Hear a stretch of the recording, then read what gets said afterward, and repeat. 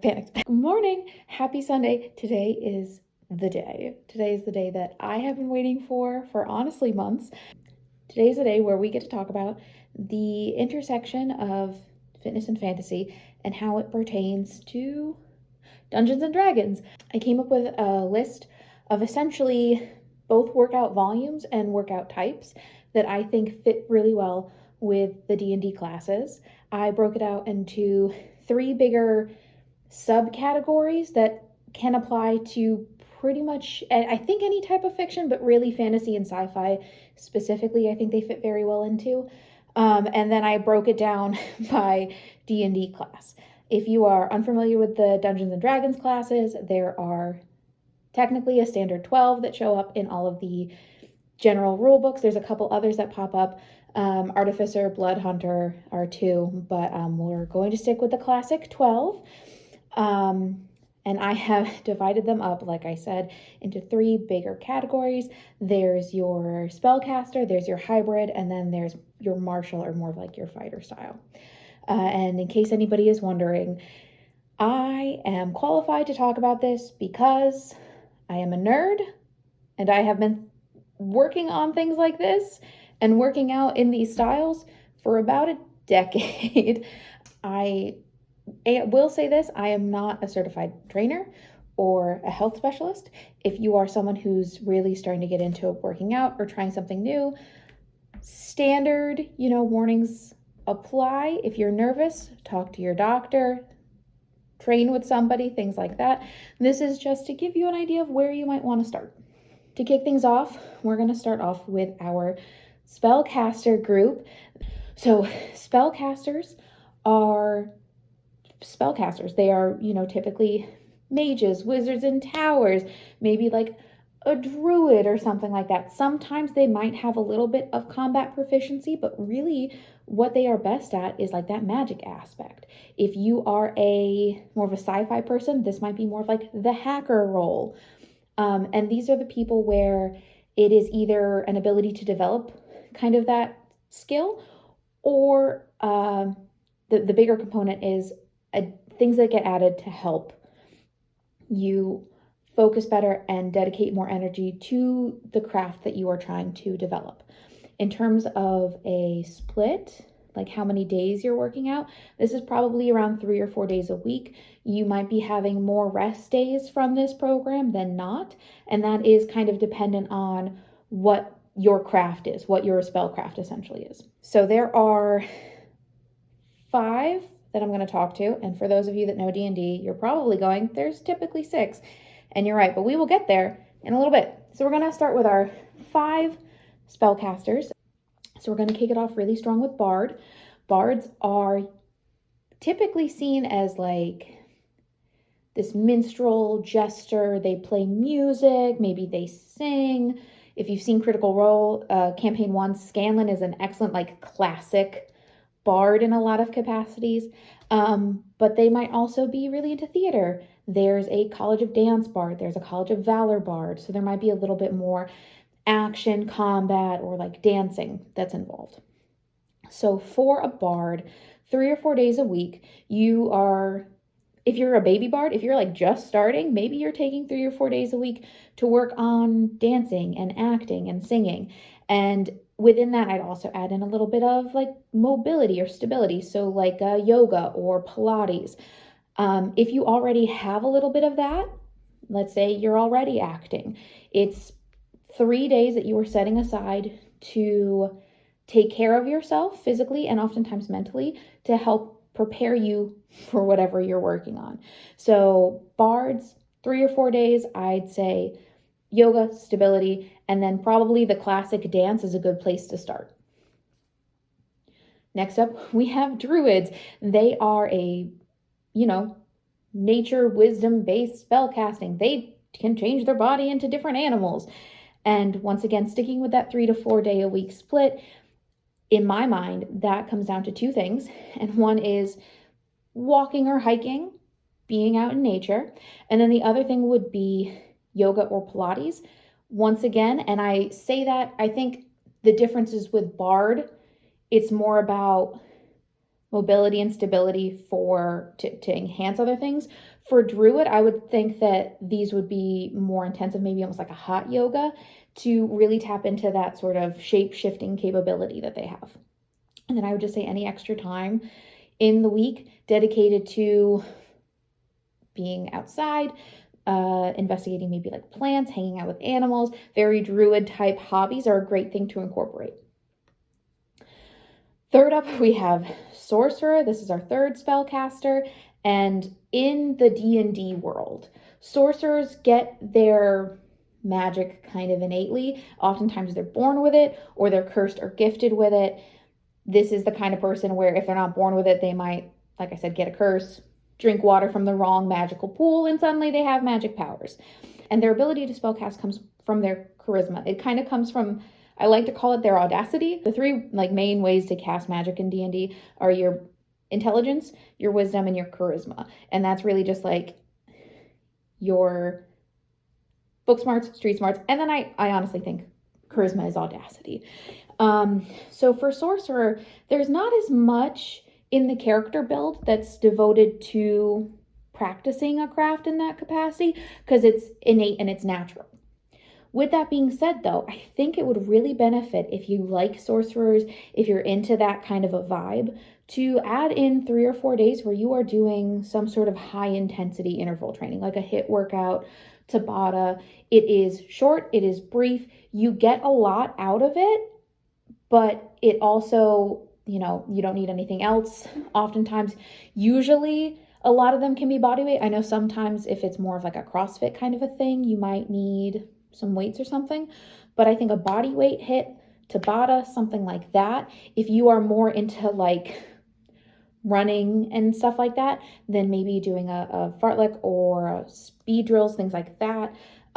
You're looking for shorter workouts that let you have quick bursts of power to develop your own skills within yourself, because it's not so much about developing other crafts.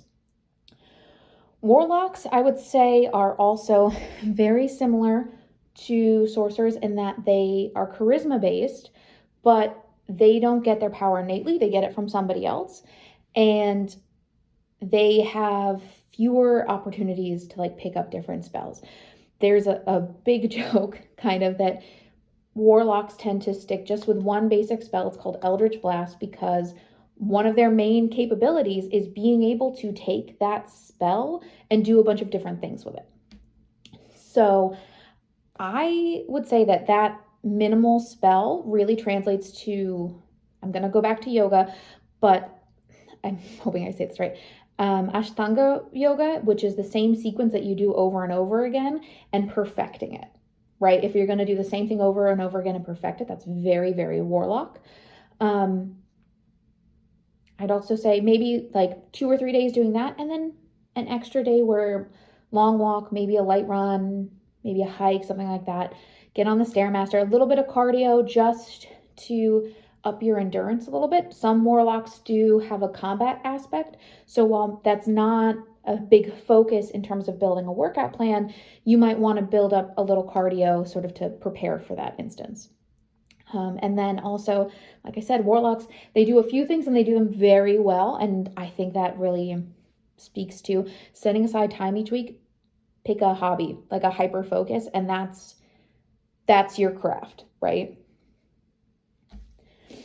And our final spellcaster are wizards, and they are the most quintessential spellcaster I think you can have, right? They're intelligence based. It's based on their brains. They are doing research. They are reading a lot of books. That is what they do. They're a little complex to play, but if you're interested in like messing around with magic and just exploring what a fantasy world is like from like a historical perspective or that arcane fantasy perspective, wizards are a great character to play. In terms of working out, they are probably the ones with the least volume. Like this is like we're doing 3 days a week, maybe 4, but it's very, very light. And because wizards are inherently very bookish, I would say that you would probably want to start off with some basic body weight kind of workouts.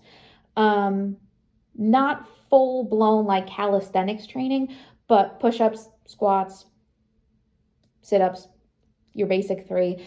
And then some light yoga and mainly like mindfulness walks. For a wizard, if you are somebody who likes to play more of an intellectual character, or if you're looking to develop a workout plan based off of that, you want to be able to devote as much of your energy into your studies and learning as possible. With that being said, you want to make sure that what you're doing is enhancing that. So you want to make sure that you are doing things that will help clear your mind and that will make it easier for you to approach any of those analytic kind of problem solving. I did toss in a little bit of that strength because also, and this is just a personal little note, I currently, in my campaign that I'm in right now, I'm playing a wizard and my strength is my lowest stat. And I live in terror of the day when my character has too many books and cannot carry them. So while wizards traditionally aren't necessarily like the beefiest, I would recommend in real life trying to build up enough strength so that you don't have to depend on the paladin or the barbarian, the other more strength-based classes and people to carry your books. That's just a little wizard hack. So those are the 5 spellcasters. And I know there's got to be at least one of you out there that's going, Megan, where are the clerics? Clerics are traditionally spellcasters, and you are right. You are right. Clerics, they are healers. They are spell casting innately. However, they are going to kick us off with our second grouping, which is I'm calling it kind of the hybrid group. There's only 3, and these kind of go in the middle. There's some spells, there's some fighting, okay? So in that regard, they're a little bit more. So instead of only working out 3 or 4 days a week, you're definitely doing 4, maybe pushing it to 5. And some of it is going to be very similar to the spellcasters, where it's more about developing your mobility, your stability, your mindfulness, making sure that you can sit and study and learn your things for a prolonged period of time. And then there's a little bit added in there that will also make you a little bit beefier. In terms of outside of D&D, that sci-fi kind of aspect, I think Han Solo is probably a good example of this, because he's a pilot. He doesn't always get in fights, but when he does get in fights, he shoots first. He goes for it. So that's sort of not quite a bounty hunter, more like a smuggler kind of a vibe. And we are kicking off with cleric. Now, like I said, I know they are spellcasters. That's just what they do. They do a lot of healing. They do some damage.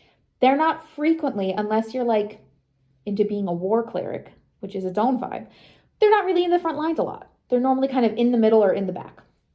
But I was double checking everything. And you know what I realized? Clerics are the only spellcasters in D&D at this time that get like medium armor from the jump. I think everybody else starts with like light or leather armor or no armor at all if you're a spellcaster. But clerics have proficiency in medium armor. Clerics, some of them also, depending on what subclass you pick, get proficiency in heavy armor. I'm looking at you, war clerics, I know. And that to me speaks to having to build up a little bit of strength. So clerics are kind of like the baby hybrids, where they're also wisdom-based, very similar to druids. But I would say that while a big chunk should be spent in that yoga, Pilates, clearing your mind, being ready to, if you're not into a deity, maybe connecting with wherever you get your powers from, I am also going to encourage you to do 1 to 2 days of a full body sequence. Now, if you're new to working out and that is body weight, I think that's fantastic.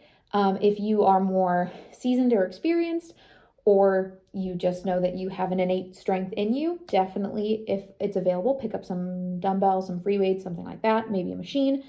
But I think if you have, let's say, 5 days to work out, if 3 of them are devoted to more of the kind of like mind-body connection, mindfulness sort of area that yoga and sometimes Pilates and things like that are tied into. And then 1 or 2 days are dedicated to building up your strength. It's going to improve your ability as a cleric, essentially, to be present for your party. Right. And if if the whole vibe of this is we're building a workout plan to help me stay focused, and you know that you like to be a cleric, I think that's a good way to go about it. So, like I said, clerics, yes, technically they're a spellcaster, but I am encouraging you to consider them that hybrid spot. If for no other reason, in order to be a cleric and to carry the amount of armor, you're going to want a little bit more strength than, let's say, a bard or a sorcerer or wizard's going to have. Our second hybrid, and they are the most classic of hybrids, is the paladin. And I'm hoping you're all saying it with me, because if you are unfamiliar with paladins, they kind of do it all, okay? They can heal, they got some spells, they're really good at just hitting things with like their weapons, like it's all over the place. And I think because they are such like the perfect example of a hybrid, I think a hybrid workout plan makes the most sense for them. I would say that for a classic hybrid workout plan, which is typically lift heavy, run far. And I think it all depends on personal preference. Are you lifting 3 days a week, or are you running 3 days a week? If you're running 3 days a week, you want to do like a real classic like speed drill, recover your tempo long run. If you're only running twice a week, I'd say do one that's time-based and maybe one that's distance-based, and just try to increase both. And then if you're running twice a week, obviously you're lifting 3 times a week. And I think that fits very well into the classic push-pull legs split. So push and pull are both upper body based, and then legs is clearly legs. I'd say it really depends on preference. In my mind, I think paladins very easily shift to lift 3 times a week, run twice a week. There is an argument for the opposite, but I think the opposite probably fits with our third hybrid a little bit better. So I'm going to say paladin, final say, running twice a week. I just think a good kind of rule of thumb is one is distance-based and one is time-based, and you're just trying to increase both. And then the other 3 are standard push-pull leg split, because then you're building strength, you're building endurance. If you are someone who would also like to work in some of that more mobility kind of mindfulness component, maybe doing 2 full day, like full body workouts, the 2 runs, and then 1 day that's dedicated to yoga or Pilates. Those are usually my go-to, because the moves tend to be slower and they tend to enforce a mind-body connection from the jump and tie in breathing. Generally speaking, if you're lifting, you also want to tie that in, but those 2, I think yoga and Pilates tend to be the easiest default. So like I said, paladin, 3 lift, 2 run, or 2 lift, 1 like yoga, 2 run. Because our third hybrid is our ranger, and they are, let me just think of it. So both think of rangers in terms of like D&D and like their ability to cross far distances if it's their favorite terrain. They're really good with animals, things like that. And then also think of like Aragorn, son of Arathorn. And like, I know Legolas is not a ranger, but he does also play a ranger character like D&D, other fantasy archetype very well. And they do a lot of running, like a lot of running. But they also have to be prepared to go into battle, right? Like Helm's Deep, Minas Tirith, all would have had some problems if Aragorn was not a well-rounded ranger or the king among men. But that's beside the point. My point here is that this is definitely a ranger is a spot where you are running at least 3 times a week, and you are doing a definitely speed, whether that's tempo, fartlek, speed drill, whatever it is, little track workout, a recovery run that is time-based. You are going slow, you're working on just covering some more distance, and then a long run, which is probably, depending, can be time or distance-based, depending on how you want to run it. And then I think the bigger difference is that instead of paladins, I think lifting weights makes the most sense. You are most likely to be wielding like a sword or a sword and shield and stuff as a paladin. And while that's open to rangers are typically seen as people that can wield a bow and arrow. And there's just something very calisthenic-y about that, and about being able to like scale a lot of things. I'm thinking very specifically of for whatever reason, Legolas with the elephant, just like being able to climb that, very calisthenics, in my opinion. So while Paladin is more of your heavy lifting classic hybrid, Rangers are your running focus calisthenics hybrid. So it's more about control over your own body. I would say if you have any extra time, I think a 5-day split for Ranger, 3 run, 2 calisthenic is perfect. Any extra time, get used to your favorite terrain. Is that, do you live in the suburbs? Is that your block? Do you live out in the woods? Are you hanging out in the woods? Are you in a city and you hang out in the park? It just kind of takes some time, whether it's walking or just going to hang out. Become accustomed to your favorite terrain in whatever way makes the most sense for you. So we are at our last tier. We're going to talk about our last 4 classes in D&D and our last big archetype, and those are our martial characters. They are our fighters. They are the people that are most likely getting up close and personal, down and dirty when it is time for combat. These people are going to need a slightly higher workout volume. They are going to work out 5 or 6 days a week. No matter what, I think you always want to have 1 rest day as long as you can have it. I will also say that this is probably the area in which you would find the bounty hunter Star Wars archetype, maybe even a Jedi, because even though they are very mindfulness based, they also have to be very combat proficient, and generals, that's a thing. So this is more of the combat ready, probably shoot first, ask questions later sort of a vibe. And we're going to start off strong, the strongest of the strong, with barbarians. They are, strength based. They get these big bursts of energy in their rage. They makes them do extra damage. It's very classic lifter to me.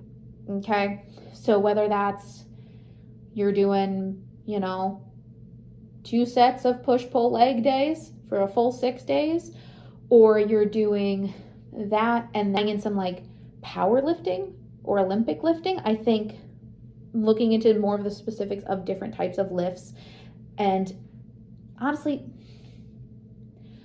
barbarians just really strike me as powerlifters, like they're not lifting a ton of reps, but they are maxing out a very high weight for 1 or 2 reps, and that's it. And I think that speaks very well to their capabilities in the field, not because they do the minimal amount, but because when they hit, they do the most damage. So definitely lifting, but I think looking into powerlifting is a really great place to start for a barbarian. Next up, we have fighters, and fighters are the Swiss Army knife of D&D martial classes because they can do everything. I would argue that there's an argument that they can ranger better than a ranger can. And then they have a lot of different options for what you can do with their subclass, but they are the most versatile of the martial classes. And I think that is pretty strictly CrossFit. Now, 6 days of CrossFit a week is a lot. So if you want to supplement in a couple days with maybe some more tame calisthenics, or maybe even like a kickboxing kind of class, I think that's a good idea. But I think a 5 to 6 day workout split that is focused on CrossFit is going to give you that same sort of Swiss Army capability that fighters have. The penultimate, second to last, we have Monk. This is probably where if you want to be a Jedi, you're going to want to hang out. And you might want to go with more of like the 5-day split and add in some more like meditation sorts of things.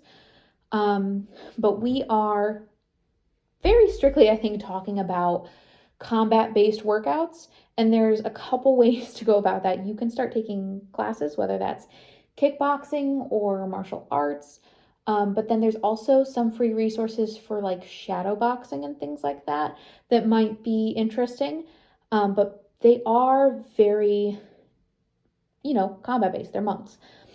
If you're looking to be the kind of monk that is more ninja than frontlines fighter, I would say definitely keep a couple like kickboxing type things maybe in there. But what you're going to want to do is maybe do that 3 times a week and then mix into that.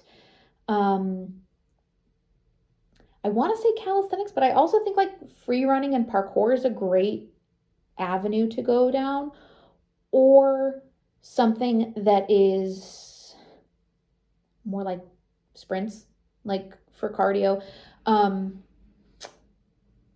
Frankly, this is actually who I think of a lot of time when I think of a speedy monk. I'm thinking of like Usain Bolt and Sha'Carri Richardson. Like, you look at them and you try to tell me that they can't walk on water. They are so fast. So I would say that if that's kind of your vibe as a monk, definitely work in speed drills. See if you can find a track or anywhere near you that you can work on those. Otherwise, we're looking at combat and we are looking at calisthenics or parkour. And that's also dependent on if you are in an area in which parkour and free running is something that is accessible. And if not, then I think calisthenics, pull-ups, chin-ups, pistol squats, those things also speak very much to like a monk's ability to control their own body and their own movements. And then our last martial character is our rogue. Now, technically speaking, depending on your subclass, also could be a hybrid. They do have some, fighters also. Fighters and rogues both have subclasses, by the way, that give them magic casting abilities. I think monk might too.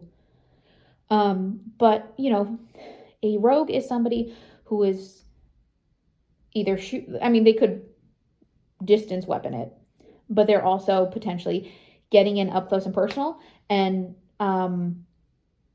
stabbing. That's just their vibe. They probably are going to want to close distances very quickly. So this is another situation where I am going to encourage you to look into 1 or 2 days of speed drills, of sprints, if that is within your capacity. I'll also say if that's not your vibe, or if that's not available to you, a HIIT workout or a Tabata workout and doing things very, very quickly is good for a rogue. And this is another situation where you're going to probably want to look into parkour and free running as the primary. But once again, if that's not available to you for whatever reason, then once again, calisthenics. For a rogue, you want to be prepared to move quickly and to get yourself up walls, into corners, into like sneak positions. So while they are a martial class, I would say that you are focusing most on being able to move yourself and being able to move yourself quickly. So those are my recommendations for an overall split and workout focuses depending on the class. There is some overlap there, but how you tweak it and bring out your own character and your own class is completely dependent on you. Some ideas to kind of enhance a program like this. I did this for a while and I still fall back on this. It's kind of like my default if I'm struggling with figuring out what I want to eat, is if I have a workout program that's designed around a character and I'm unsure of how I want to, feed myself, get myself nutrients, I will ask myself, kind of like, what would they do? What would they eat? I had a program once from a sorcerer that I played, and, not all of her food choices were great, but when I was looking to make a good one, I was like, all right, so lean meats, peaches, things like that. Those are all things that I think fit her character. I don't know why peaches, but peaches just fit really well with her.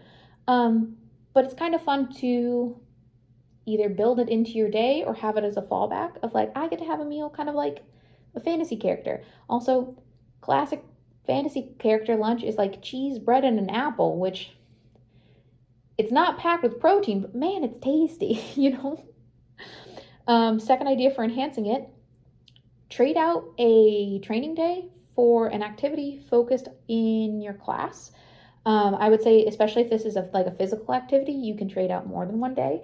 Like if you want to do a ranger or a fighter or something like that, and you have a space near you where you can pick up archery, oh my goodness, drop a workout day and use at least one day to practice archery. Do it. It's going to make this feel so much more realistic and so much more fun.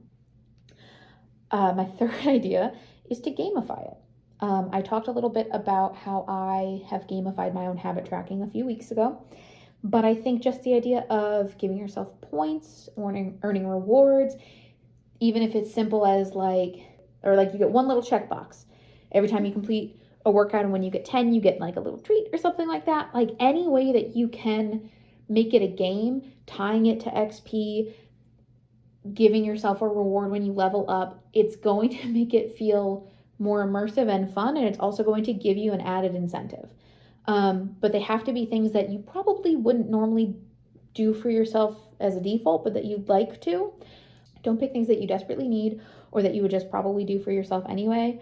I am in a habit of going to Silk City, which is, you know, my favorite place in the world, a couple times a week. I cannot use that for a reward. Like I can't use my standard like coffee and a donut at Silk City as a reward because I'm doing it anyway. But what I can do is I can say when I hit this goal, I get to get an extra treat when I go. That's not normal. That's different for me. So that's how I would tweak it. I also would consider, and this is maybe a little bit more advanced, but not when you're enhancing, to multi-class.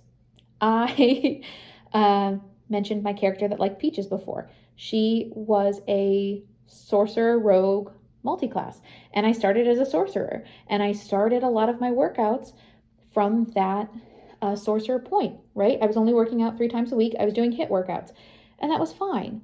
And then when I decided that she was going to multi-class into rogue, I decided I was also going to multi-class into rogue. And at the time, that meant I picked up 2 days of running, 2 or 3 days. And that gave me a chance to expand a little bit more and ease into it. If you want to do like the wizard that's been trained by the barbarian or vice versa, you can trade out a couple days when you multi-class to enhance that. And the last little bit I'm going to give, it's not necessarily an enhancement, it's just a general recommendation. If you are new to working out, or you are talking and thinking about upping what you do on a day-to-day basis, and you're a little nervous about some of the volumes, let's say you love playing a barbarian, you'd love to work out like a barbarian, but you've never power lifted before or even lifted heavy weights before, start slow. You know, you don't have to necessarily start at 5 or 6 days a week. You can start at 3, or you can do 5 days a week and just start with like body weight stuff and then build up from there.